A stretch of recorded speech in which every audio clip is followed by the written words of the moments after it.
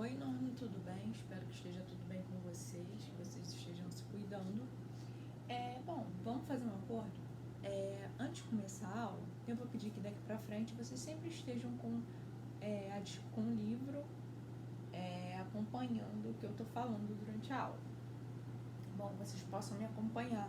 Sei que agora vocês não vão ter acesso ao livro físico, mas também há a modalidade que nem eu tô fazendo, que é o livro digital, que vocês podem assistir aulas, caso vocês consigam, né, caso vocês tenham isso à disposição, assistam a aula no computador e tenham o livro no celular, no tablet, enfim, para ser mais produtivo, já que a gente não tem quadro, vocês não estão fazendo nenhum tipo de anotação. Bom, então hoje a gente vai falar da Revolução Russa. Lembrando que na última aula eu fui falando da Primeira Guerra Mundial, e tem um determinado momento que a Rússia sai da guerra, lembra a Tríplice Entente? A Rússia sai da Tríplice Entente justamente por ter eclodido uma revolução no seu território, uma guerra civil e tudo mais. Bom, a gente vai entender um pouquinho o que foi esse evento que vai retirar a Rússia da Primeira Guerra Mundial. Lembrando que é bom a gente ter uma noção, ter uma percepção dos acontecimentos históricos de uma forma processual, ou seja, eles estão sempre interligados. Tudo isso está interligado. Então a gente viu a Primeira Guerra Mundial e agora a gente vai ver essa Revolução Russa, né? Os motivos que vão incentivar a Rússia a sair da Primeira Guerra. Bom, começando, vamos lá, a Rússia pré-revolucionária. Quem estiver acompanhando com o livro é a página 181, para a gente já falar ver um pouquinho sobre essa Rússia pré-revolucionária, ou seja, a Rússia antes da Revolução Russa. O que havia nessa Rússia pré-revolucionária? Ela é muito conhecida, ela era popularmente conhecida como o gigante com os pés de barro. Bom, pessoal, se vocês abrem hoje um mapa, todo mundo já deve ter visto em algum momento um mapa com a representação da Rússia, né? E qual a extensão desse território? Imensa, né? Bom, tudo bem. Então, tendo isso em vista, daí que se cria essa ideia de um gigante. Os pés de barro devido à sua fragilidade, né? Um gigante, mas de uma fragilidade econômica muito grande. Por quê? Bom, eu estou falando aqui de século XX, né? A Revolução Russa, ela explode lá com toda a sua força em 1917. Em 1917, pensar uma economia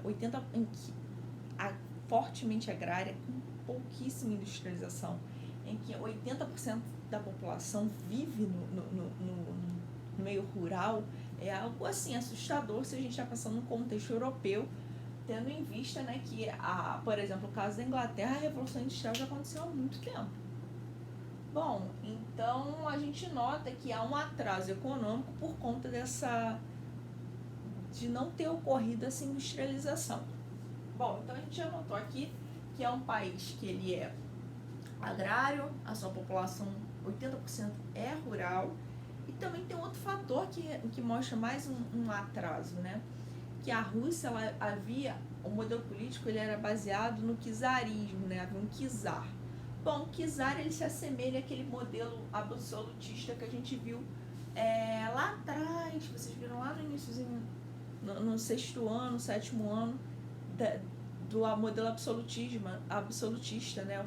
Lá atrás. Bom, então o czarismo se assemelha a isso. Então a Rússia era governada por Nicolau II, que era o czar, né? Esse modelo bem, ressaltando mais uma vez, é um modelo bem parecido com o absolutismo. Então a gente tem isso, né? A gente já falou um pouco da economia, a gente já falou um pouco do modelo político. Agora vamos falar um pouco da sociedade. Bom, a gente vai ver que a sociedade, obviamente, tem um quantitativo imenso de camponeses, né? Já que estou falando de uma população 80% agrária. Bom, então dentro desse contexto havia os mujiks, né? Que era uma denominação dada aos camponeses dentro desse contexto de Rússia czarista. E eles, mesmo a servidão tendo sido abolida, eles dificilmente poderiam enriquecer, iniciar atividades próprias. Ou seja, a servidão, né, tal como a gente viu lá atrás, olha como a Rússia está atrasada economicamente e socialmente também. A gente viu lá atrás isso no feudalismo, na Rússia, foi abolida recentemente. A gente está lembrando mais uma vez, a gente está no século XX. E mesmo isso tendo acontecido, esses camponeses são impedidos, né, de ascender economicamente, né? Há uma pouquíssima, né, mobilidade social. Bom, eles já, após essa abolição da servidão, eles podiam casar sem pedir autorização, porque antes necessitava, mas, por outro lado, eles ainda tinham essa dificuldade de ascensão social. Bom, a industrialização, ela é bem frágil, bem recente, né? Só que essa industrialização recente, a gente está falando, mais uma vez, né, de uma população super rural, ela, por ser recente, ela carrega todos aqueles aspectos que a gente vê de industrializações recém-implantadas. Bom, a gente viu recentemente, né, no início do ano, como é que foi a industrialização no Brasil, né? A industrialização, vocês viram ano passado como foi esse processo na Revolução Industrial. Assim que a industrialização ela começa a surgir, não há direitos trabalhistas, né? Há geralmente excessos, né? Excessos de jornada de trabalho, não há nada que defenda esse trabalhador no sentido de direitos trabalhistas. Bom, geralmente são ambientes de insalubridade, toda essa precarização, né? Nesse início de industrialização. Bom, e com a Rússia não foi diferente. Então, a gente tem esse é o panorama da Rússia pré-revolucionária. E lembrando um detalhe importante, agora voltando para os aspectos políticos. O czar, ele vivia naquele contexto da lei do direito divino. Olha só, isso já no século XX. Ele era percebido como aquele enviado, né?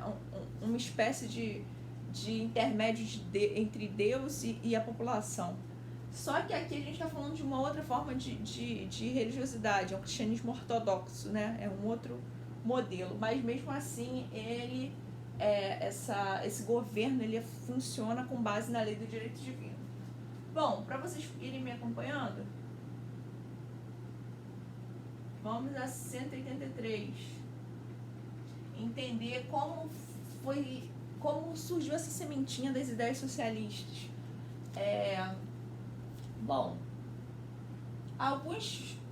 tinham vários intelectuais, né, locais russos que foram exilados. No exílio que eles vão conhecer essas ideias socialistas, que vão entrar em contato com a doutrina marxista. Bom, vocês devem estar se perguntando o que foi a doutrina marxista. O Karl Marx, ele era um filósofo e sociólogo que ele dizia o seguinte: a importância da população, assim que se conscientizasse os operários do modo como eles eram explorados, eles deviam tomar o meio de produção e ascender ao poder. Bom, resumindo ao máximo que o Marx falava. Então, eles vão, no exterior, esses exilados, eles vão tomar ciência dessa ideologia, né?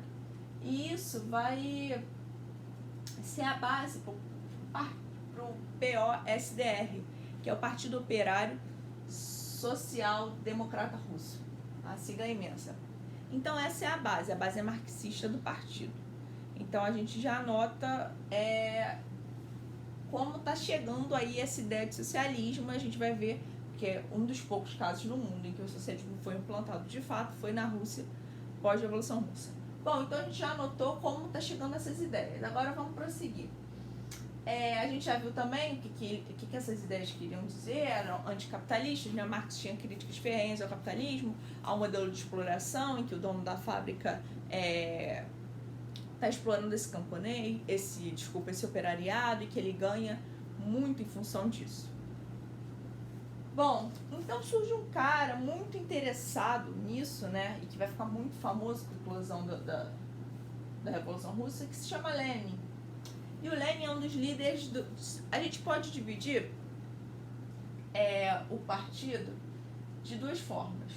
Havia de um lado os bolcheviques e de outro lado os mencheviques. Bolcheviques em russo significa maioria. Bom, eles eram maioria, e tem como esse representante muito famoso, o Lenin. Ele era totalmente favorável a uma revolução operária. Esses operários deveriam fazer uma revolução e tomar o poder. E para isso seria necessário a retirada czar, né, e a implementação de um governo, né, realizado pelos operários. Bom, obviamente isso acabaria com o capitalismo na Rússia, porque a grande pegada do socialismo é justamente isso, né, romper, acabar com o capitalismo. De um outro lado, havia uns mais moderados, né, que não queriam uma revolução, os mencheviques, como eu já falei. Em russo significa minorias, né?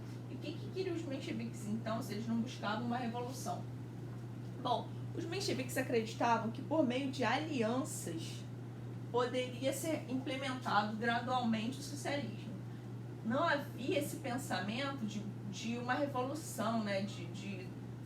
De uma revolução, sair arrancando, tirando abruptamente o czar do poder. Bom, agora vamos pro iniciozinho, né, da Revolução. Em 1905, são quando acontecem as primeiras manifestações, as primeiras mobilizações, né, diante do governo do czar, né, que é o Nicolau II, que a gente está falando aqui. Bom, a Rússia tinha acabado de entrar numa guerra com o Japão, tinha sido derrotada, tinha sido uma derrota tanto.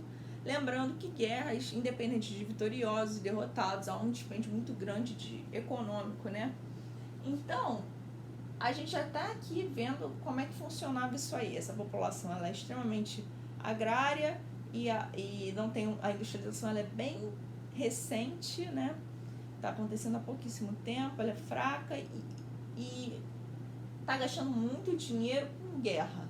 Bom, tudo bem, a gente já nota aí um ponto de insatisfação. E se eu perdi uma guerra, se o meu país perdeu uma guerra, ele vai aumentar, obviamente, os impostos para sanar as dívidas. E olha só todo esse contexto. Bom, os impostos para sanar as dívidas com países também, países que também eram desenvolvidos. Países também europeus mais desenvolvidos, melhor dizendo. Bom, a Rússia tinha dívidas, por exemplo, com França.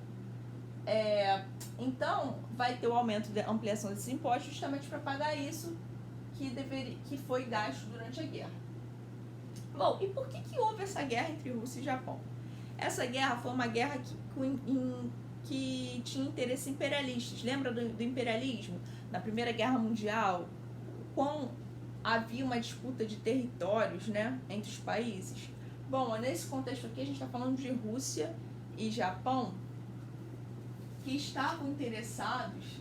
Essa guerra russo-japonesa foi em 1904, entre 1904 e 1905. Havia um interesse, né, por uma região na Manchúria, uma região na China. Então os dois estavam interessados. Bom, então daí começam os protestos, porque a população teve que arcar com o aumento dos impostos. Aí venho para a página 185, para a gente começar a ver os desdobramentos disso aí, dessa insatisfação. Então, é proposta uma passeata.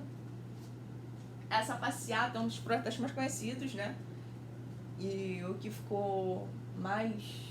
entrou, né, mais relevância dentro do contexto da Revolução Russa na história, foi uma passeata liderada por um padre ortodoxo, né, que é a religião da maioria da população, e era uma passeata em direção ao Palácio de Inverno, lá em São Petersburgo, que é uma das cidades mais importantes da Rússia. Eles marchavam, eles tinham o intuito de apresentar uma carta ao czar, né? Diante dessa insatisfação com o aumento de impostos, envolvimento em guerra e tudo mais. Só que a guarda, né, do czar vai abrir fogo contra essa população que estava participando de uma passeata totalmente pacífica. E com isso, surgiu esse evento que a gente conhece como Domingo Sangrento. Bom, e esse evento vai gerar uma reação na população, né? Que vai ter número de pessoas dizimadas, e a população já está revoltada por conta do contexto econômico, vai ficar revoltada também com esse massacre. Então vão surgir mais manifestações, mais greves. Lembrando que as greves eram proibidas, né? Havia proibição de greves, né? A população vai ignorar isso, vai proibir, vai realizar greves para que atendam, né, essas demandas. Bom, e por outro lado, os conselheiros das fábricas, né, vão surgir conselhos de fábricas, que a gente vai chamar de sovietes, né, que são trabalhadores, né, de determinada fábrica, de um determinado setor, que vão se reunir nesses conselhos, e esses conselhos vão debater questões voltadas para o trabalho, né, para legislação, para jornadas e tudo mais. Seria algo um pouco similar como a gente conhece os sindicatos hoje em dia. Então, isso vai ser os sovietes, né? E eles vão organizar esses protestos, essas manifestações que estão crescendo, e eles vão influenciar muito os centros industriais da Rússia. Bom, o czar está super pressionado, né?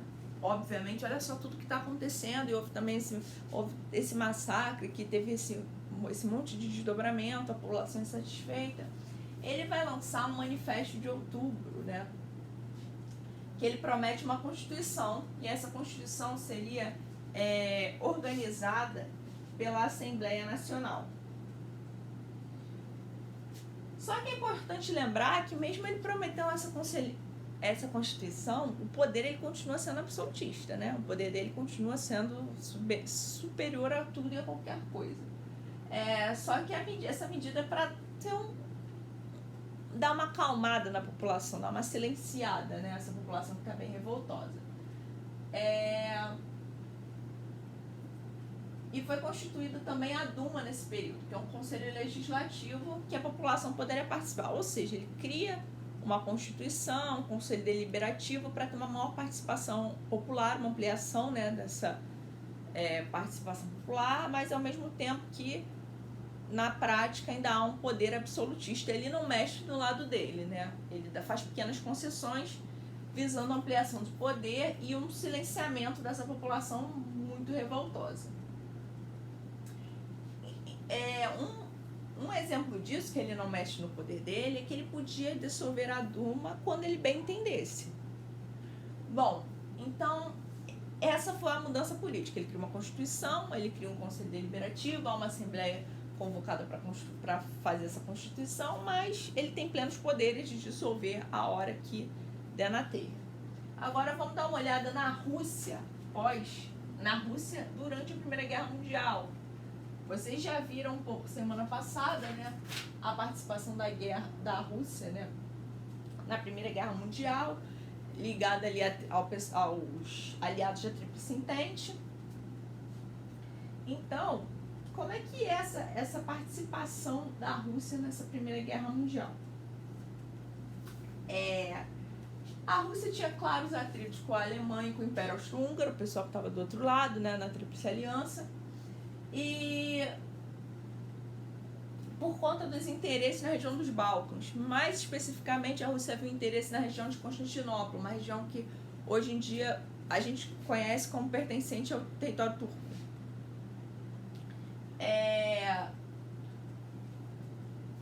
Bom, e a Rússia não tinha nem dinheiro para... Lembra da fragilidade econômica dos pés de barro? Ela não tem nem dinheiro para ela, né, quanto mais para se envolver numa nova guerra. Lembrando que já havia tido envolvimento na guerra russo-japonesa, né, em 1904. A gente está falando aqui já de 17, né, quando a Rússia... De 14, né, Primeira Guerra Mundial, até 17, permanência da Rússia. Bom, então, as tropas alemãs sabem que a Rússia é bem fragilizada, né, e tem esse conflito anterior, e a Rússia já estava saindo de uma derrota bem recente, uma derrota há cerca de 10 anos. Essa tropa vai invadir a Rússia, a tropa alemã, também tinha interesse na região dos Balcãs, né, que disputava isso com a Rússia. E vai ocorrer uma derrota, mais uma vez. E o que vai gerar? mais crise financeira, escassez de alimentos, miséria, população, fome. O que a população vai fazer? Mais uma vez revoltosa, mais uma vez envolvimento com uma guerra, a população vai invadir prédios públicos, vai realizar saques, e vão continuar as greves, as passeatas, os protestos. Bom, isso aí é o modo como a população vai se revoltar diante de todo esse contexto. E agora a gente vai chegar de envolvimento da Primeira Guerra Mundial. Agora a gente vai chegar em 1917, aí ó, aquele período que a gente viu na última aula. A Rússia saiu da Primeira Guerra Mundial. Então, agora são as revoluções de 1917. O czar...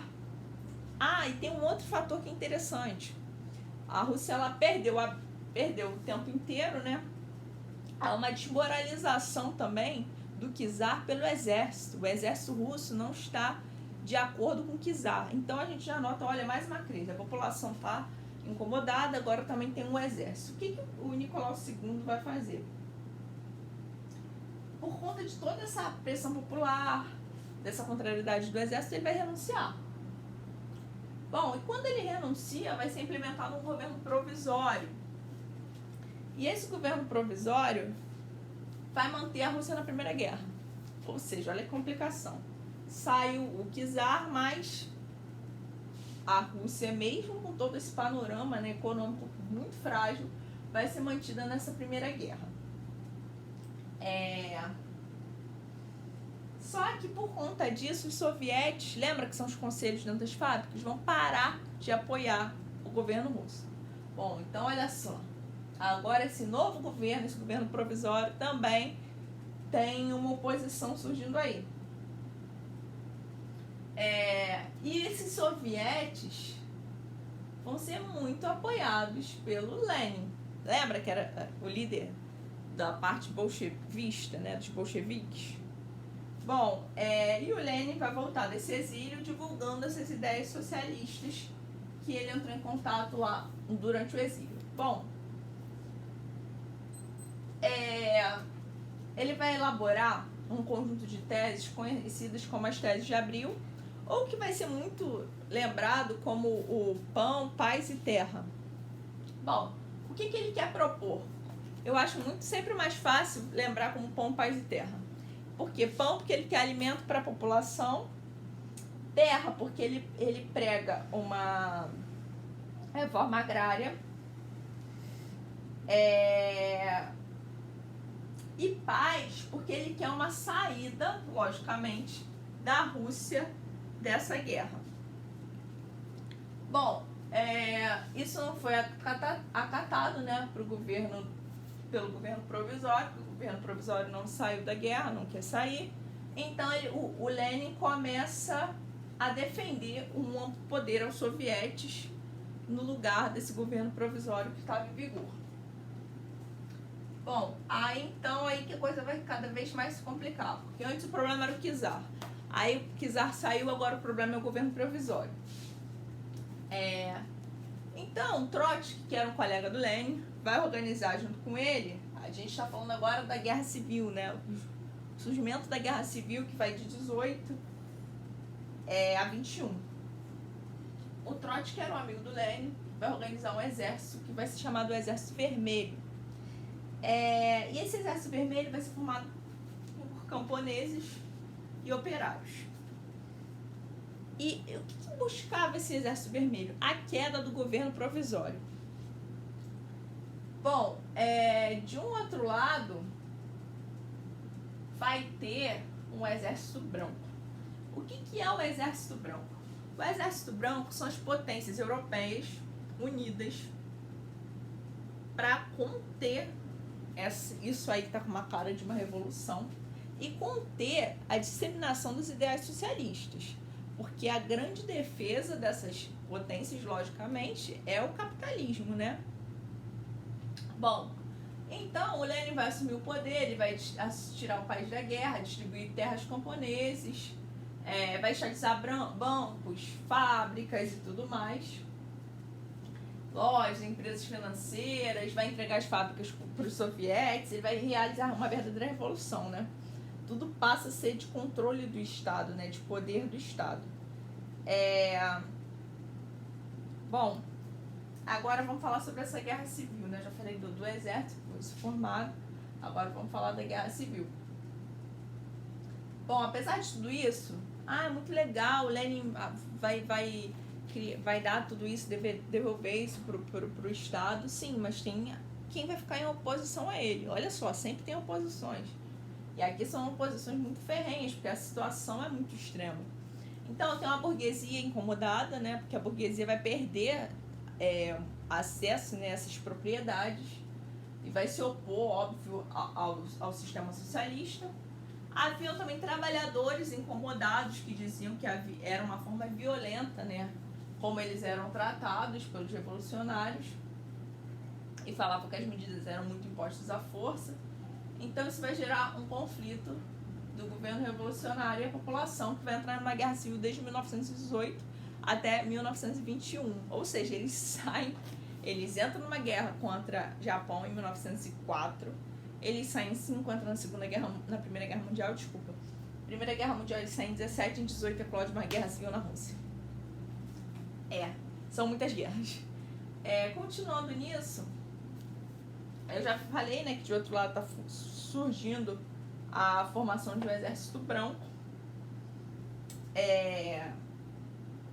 Essa guerra civil vai ter uma vitória do exército vermelho. Esse exército branco vai ser apoiado pelo pessoal do exterior e por um medo, né, de que ocorresse uma revolução, que essa revolução dos bolcheviques perdurasse, inclusive isso se espalhasse pelo mundo. Bom, então esse exército branco vai ser mantido pela comunidade internacional e vai ser derrotado. Porque o grande medo é que o socialismo se espalhasse e a revolução se espalhasse pelo continente europeu. Por motivos óbvios, né? A gente está falando de um continente europeu que a grande parte é capitalista, que se beneficia, né, de não ter uma concorrência, né, de uma Rússia mais pobre.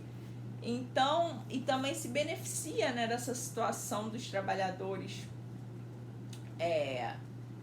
não estarem se revoltando, não estar se manifestando como ocorre na Rússia. Há um medo, né? Imagina se isso acontece. Todos os trabalhadores passam a se revoltar e a se manifestar.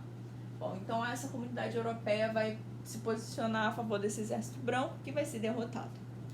Vitória do exército vermelho e permanência dos ideais revolucionários. Bom, o Lenin vai propor a NEP, né, que é uma nova política econômica.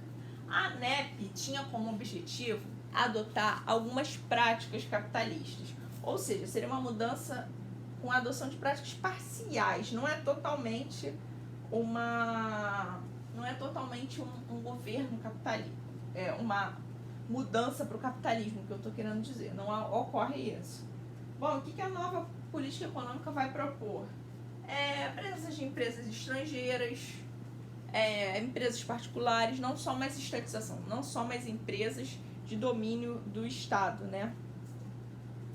Bom, em 1922 surge a famosa União das Repúblicas Socialistas Soviéticas, ou URSS, que abrangia vários países asiáticos e europeus, como Armênia, Azerbaijão, Geórgia, Lituânia, Letônia, Estônia, Cazaquistão, Ucrânia, ou seja, era um gigantesco conglomerado de repúblicas socialistas.